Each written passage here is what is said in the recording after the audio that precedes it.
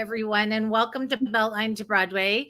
This is kind of a reversal of fortunes, if you will, because I'm coming to you from New York, and Ryah, who is based in New York, is coming to you from Raleigh, which is where I'm based. So, hello, everyone. Welcome to Beltline to Broadway. I'm Lauren Van Hamert, and I'm here with the lovely Ryah Nixon, who is starring in the North Carolina Theater production of 9 to 5, reprising her role of Doralee. And I'm just so excited to chat with her all about this really fun musical. I feel like we need fun, we need laughter, we need energy. So I'm really excited for this one. If you have any questions or comments, put them in the chat and we will try to get to them. And Ryah, welcome. Welcome to Raleigh. Welcome to Beltline to Broadway. That was a cool intro. Oh yeah, we're very fancy. And if you all, I'll take a picture when we're done and I'll post it on Instagram for everybody. If you saw this like jerry rigged thing I've got going on in this hotel room, it's ridiculous. But so I want to start with 9 to 5, of course. Yeah. We have a lot of young people, aside from the fact that this musical has been done in some high schools. I know right before COVID, Athens Drive High School did 9 to 5, and my daughter actually saw it there. But aside from those kinds of incarnations, we have a lot of young people who follow these live chats who may not have even been alive when this movie came out. I remember the movie. We loved the movie. So can you give us a brief synopsis of what 9 to 5 is about?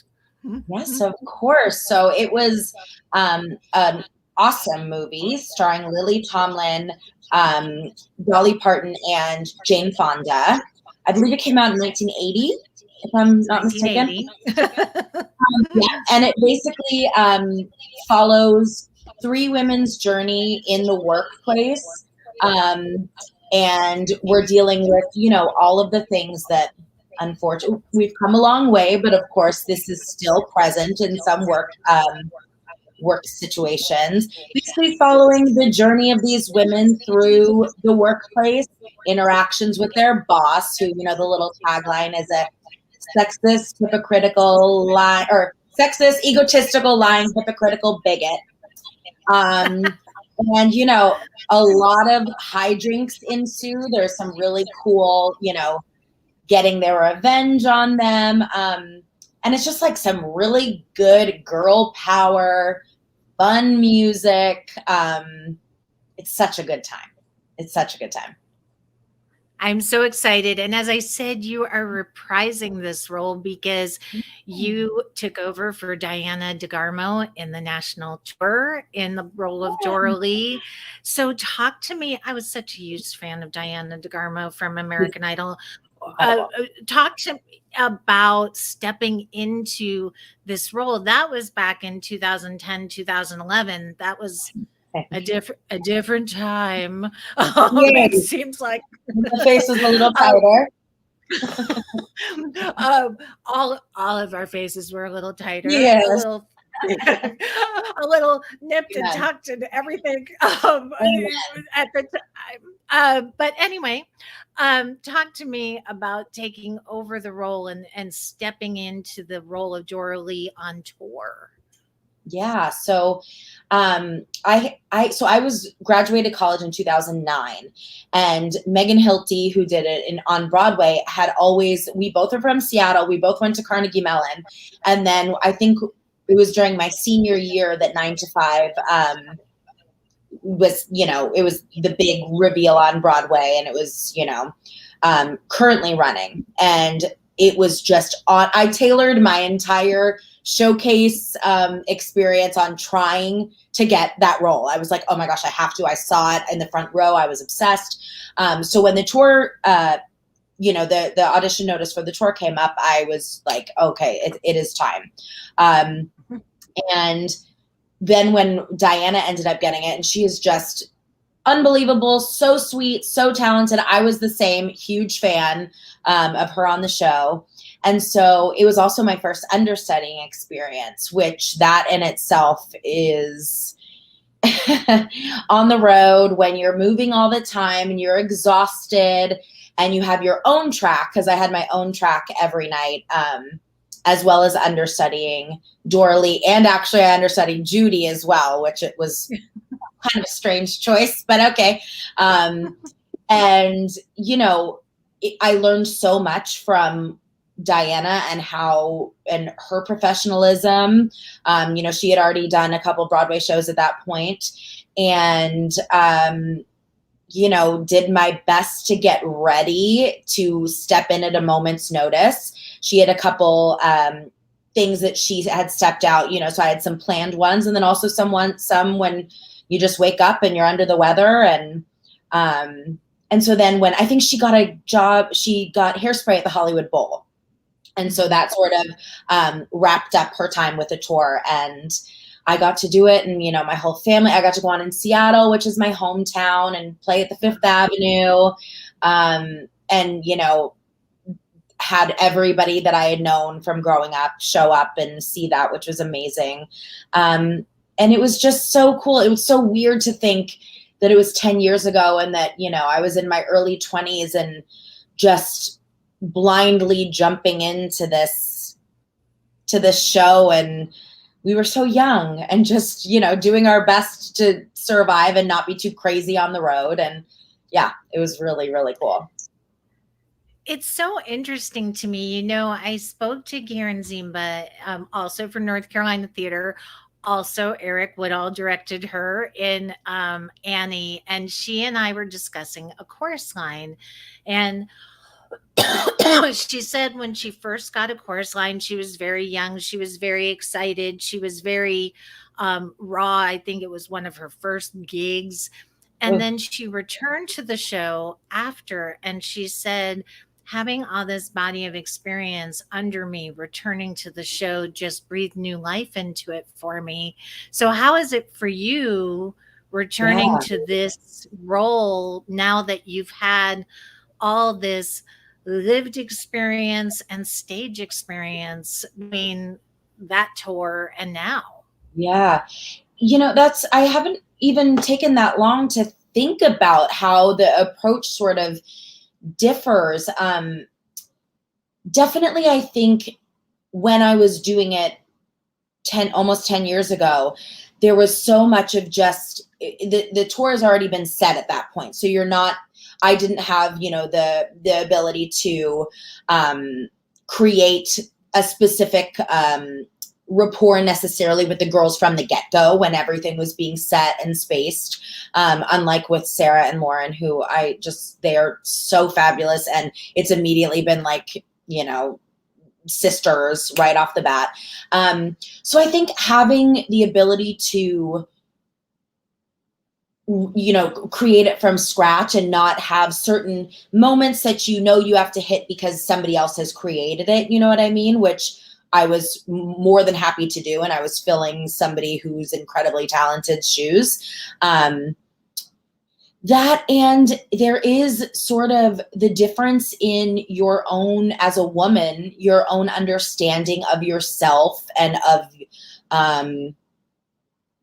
how you are viewed in the workplace, how you interact with males in general, is definitely different in the 10-year span from me being in my early 20s to now my early 30s. I think there is a level of groundedness and sometimes, unfortunately, experience, you know, that I can bring into it that I definitely did not have when I was approaching it last time. So it's been really cool. I feel like it's a little bit grittier than maybe it was before, and that's you know, cool to let the boss have it a little bit more than maybe prior. I love that you said that. Maya, hello, Maya has a question. She's wanting to know, has your approach to Doralee changed? Because 9 to 5 is really although might be the norm in some workplaces. Hopefully it's not the norm in most workplaces. Right. Yeah, I mean, I was sort of doing a little bit of research about when it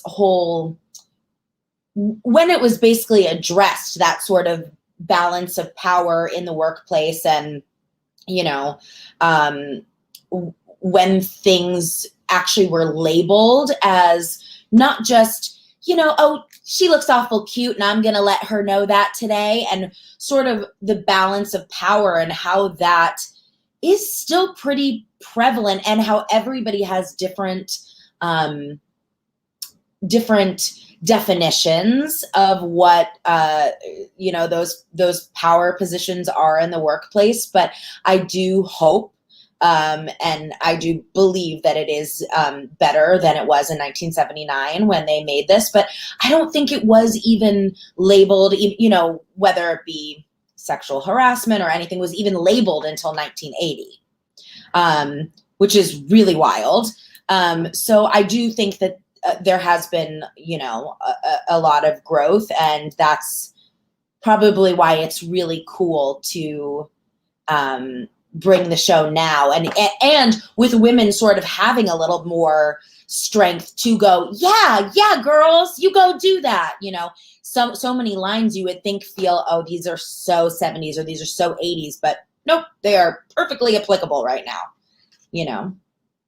Well, and I wonder too, we've had a year. Actually, I was going to say we've had 4 years of kind of misogynistic leadership. So I'm kind of wondering, post-pandemic, post-Trump, how does the show read now as you are reimagining this for the North Carolina theater stage?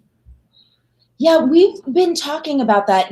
This rehearsal process is really fast and furious. So we're doing as much sort of outside connecting and conversations as we can, because we really don't have the luxury of doing that in the rehearsal room with this one. But we were sort of talking about how sometimes the best way to help people's mindsets grow is through comedy. Because you can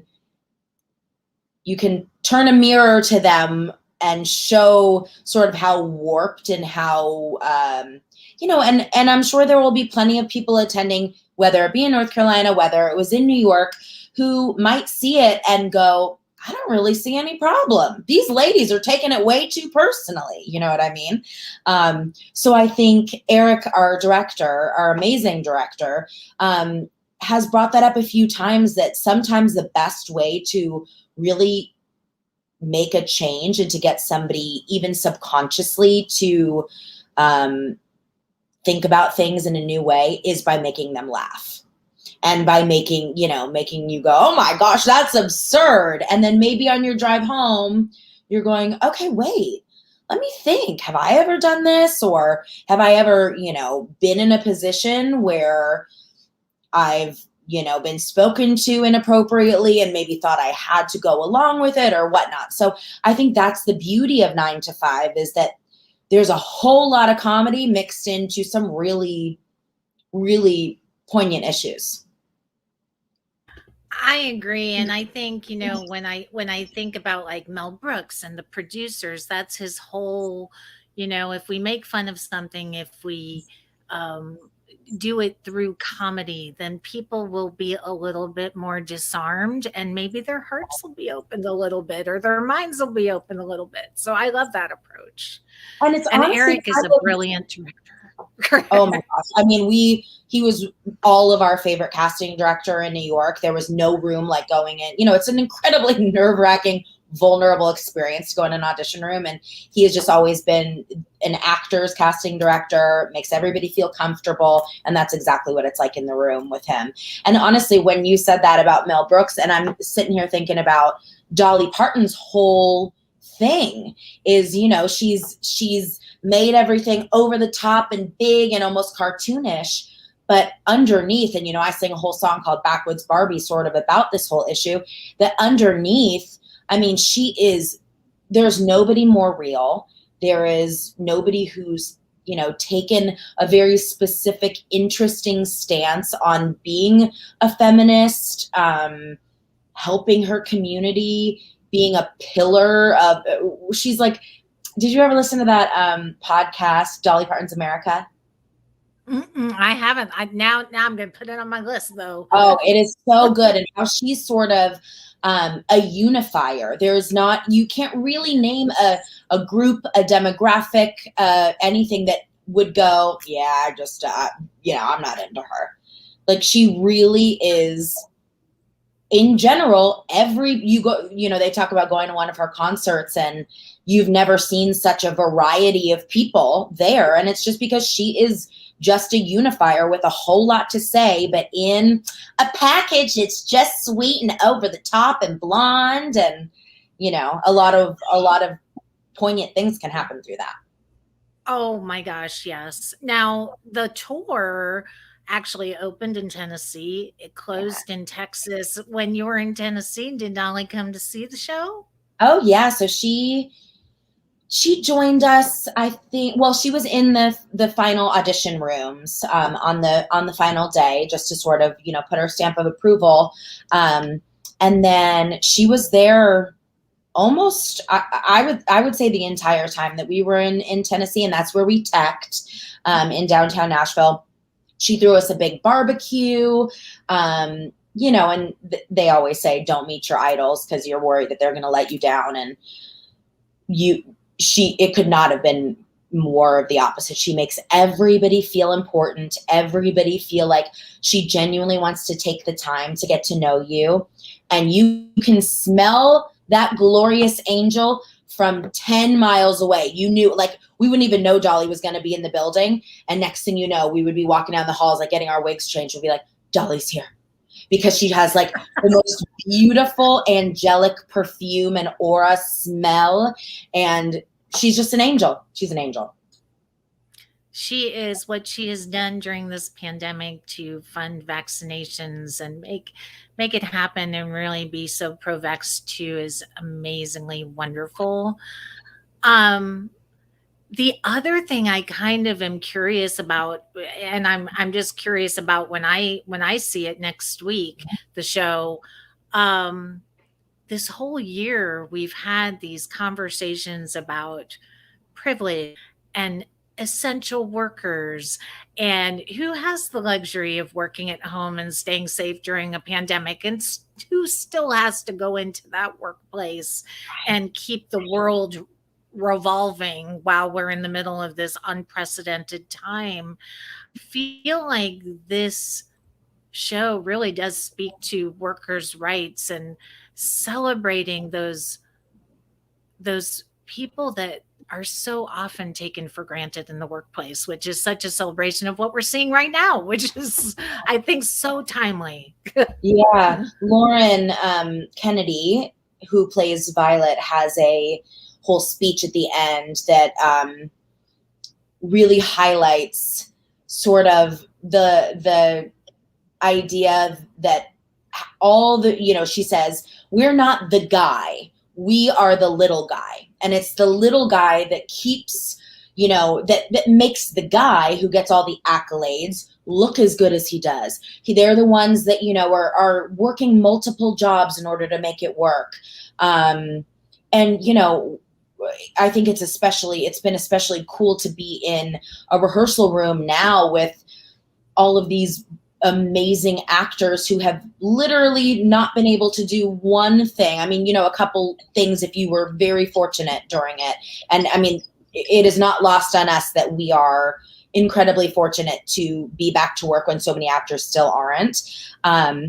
But the fact that we are able to do this, we were one of the first industries to be shut down, and now one of the last industries to come back.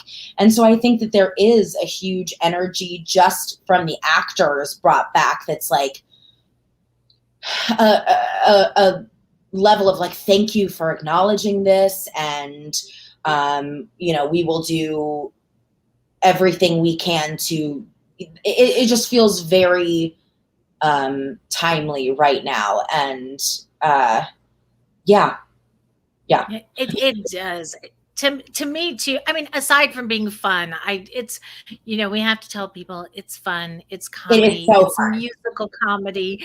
If you are a musical comedy fan and Dolly fan, this is going to be the show for you. Yeah, um, totally. and if you miss theater, like so many of us have, I don't want to finish talking to you without mentioning your champion, your dad, who I Oh, know encouraged you so much. Um, Not just you, though, so many students in the Seattle area to pursue yeah. their passion for That's performing so as sweet well. of you. Of course, I feel like I'm going to cry as soon as you say it. Thank you for bringing him up. And woo! How, Yeah, talk to me. How did he? I mean, how did he inspire you? And really, what was the impact he had on that whole Seattle arts education community? yeah. So he was on Candid Camera when I was growing up. So we grew up in the Los Angeles area. Amazing comedian, so funny, so over the top. And then when it was sort of just our house had been impacted by the Northridge earthquake, and I think it was just sort of the show had come to an end, and just like all of us actors know, don't get too comfortable, because just when you do, your life is just gonna throw you a curveball. So I had, both my parents had acknowledged from an early age that pretty much before I even spoke, I was singing.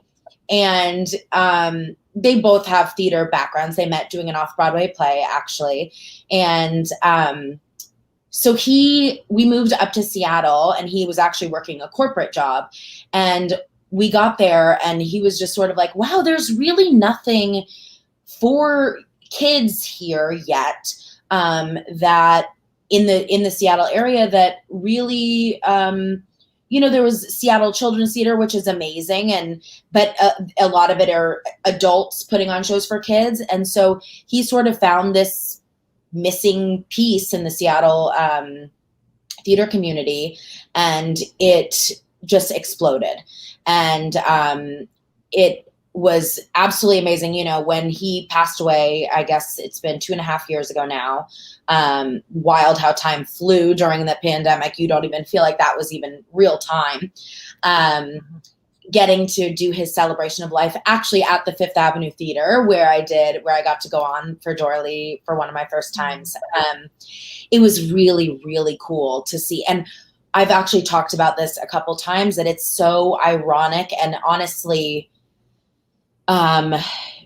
if you can find a way to be grateful for timing, the fact that we were able to throw a celebration for him and for people to, come out and speak about the impact of, and a lot of people, didn't end up even going into the arts, but it is so important for people to have that background and appreciation. And the fact that we were all able to gather, that sounds so crazy now to even have a gathering, gather to do that was amazing. And it just really speaks to, I was lucky enough to be at the opening night of Waitress back on Broadway, and just that feeling of the lights going down and the explosion of just, oh my gosh, we're back. That I have spoken to so many people in our cast who, when we have moments of not being like, oh my gosh, we're sweating, where are we going next? What is the next scene?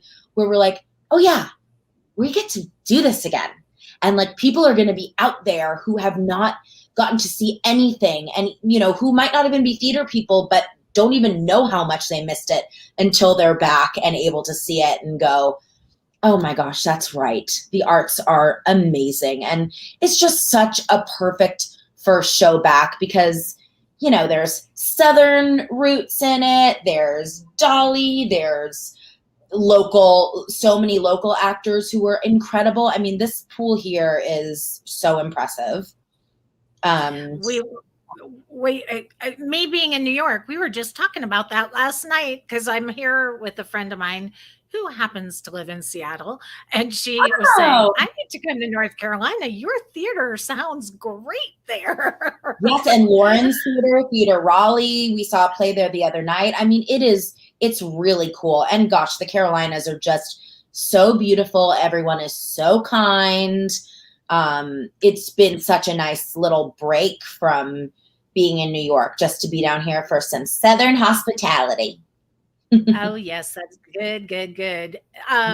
Now, I want to ask you what's next, because I think what's next for you is very, if I read the bio correctly, are you doing Lizzie Borden here in New York?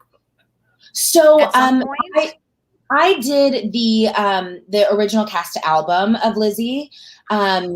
We're sort of, I don't know. Do you know the show? I don't know the show, but it's one I'm really looking forward to, because I hear like it's a yes. It is so cool. And we've been talking about different places and different opportunities to do it. So so many things are up in the air right now. I did get to film on Apple TV Dickinson, that TV show with Haley Steinfeld. So that will, I think this season premieres pretty soon with that. And then, back to the old, like, where the heck is life going to take me after this? And, it's exciting. It's a crazy time. And I swear we're all just taking it day by day with all the COVID protocols and going every day that we are lucky to be here together and be safe and stay in this bubble. And for all the shows in New York that every day they're walking in going, okay, are we going to be able to do the show today? Is it going to have to be canceled? It's you definitely can't take it for granted, because you just don't know right now for the safety of everybody. And it's the right thing to do, but it's so crazy. And stepping back on the stage in this post-COVID environment, I know North Carolina Theater has taken every precaution to keep their audiences safe, to keep their performers safe. They do have the COVID, I don't want to say specialist, but the COVID person Yes. who's making sure that all of the COVID protocols are followed. Are you feeling safe returning to the stage at this point, aside from the joy of returning to the stage? Right. Yes, absolutely. We have, NCT has been amazing at making sure that we get tested 3 times a week. We are only staying, pretty much the only people we interact with are our cast members or people who work at NCT. We're all vaccinated. We're all masked. I mean, some of the ensemble members are having to do the craziest dances I've ever seen, fully masked in rehearsal. It will not be in the show, but it's our new normal right now. And we're all, there has been no sort of attitudes or backlash about having to do it, because, everybody wants to be safe and wants to make sure that it's a short run. It's October 12th to the 17th. And we want to make sure that we get to do every single one of those shows. Yeah, definitely. Yeah. And from the audience perspective, for those people maybe on the fence, what I love that North Carolina Theater has done, and we saw this in Songs for a New World, is they're seating the audiences towards the front of the Duke Energy Center for the Performing Arts. Everybody has to be vaccinated. Everybody's going to get screened. So prepare for all of that. I think there's the now the vaccination requirement. So like all the theaters I've gone to here in New York, you will have to show your vaccination requirement there. But they also have the socially distanced seating available if you're uncomfortable. And so I just feel like they're doing everything in their power to welcome audiences back and do it safely.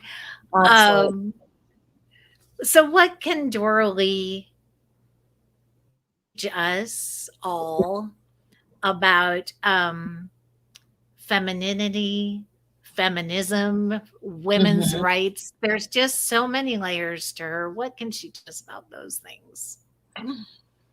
She is so strong with a very soft and feminine exterior.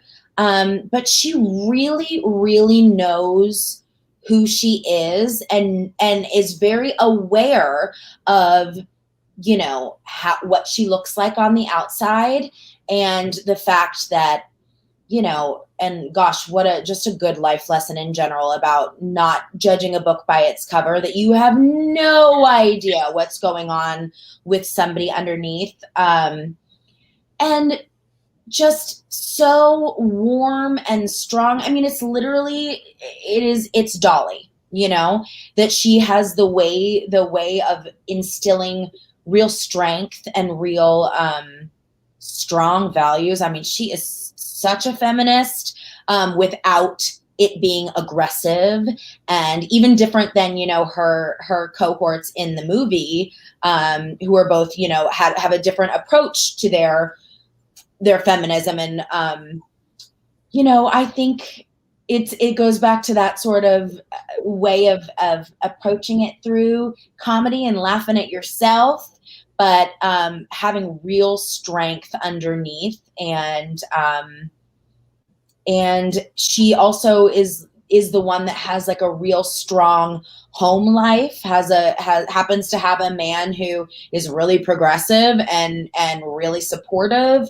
And yeah, she is so fun. And every time I do it, you know, I feel like I'm playing a little bit more with like the extremes of sort of like how you can use your sexuality and your femininity, but also no, you're not crossing any boundaries. You know, I'm as aware of what I'm doing as you are, and you know, there's a real strength to her.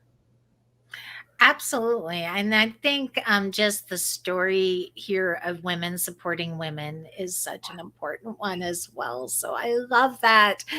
Everyone, go see 9 to 5 next week, Duke Energy Center for the Performing Arts. Tickets are available. Oh, and I put the wrong thing down there. Not NC Arts, NC Theater.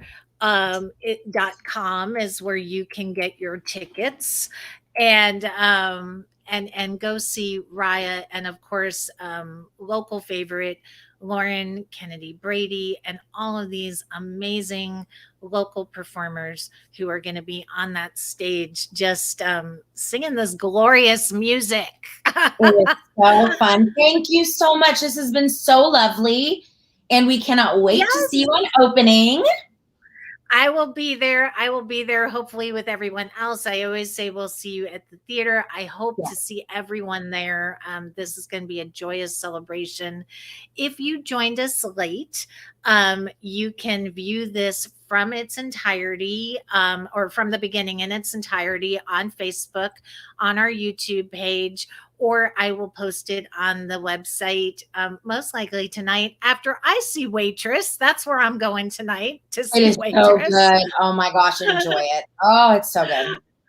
So exciting. And thank you. I know Maya's lurking in the background. She put the website up here, nctheater.com/shows/9 to 5. You can get your tickets. Thank you, Ryah. Enjoy your time, and I hope some good barbecue. I hope you get some good eating southern food, and you know, I always prioritize that. Don't worry about me and eating that good food. Thank you. I so appreciate it, Lauren, and I'll see you on opening. I'll see you opening, and thank you everyone for watching. Talk soon. Yeah.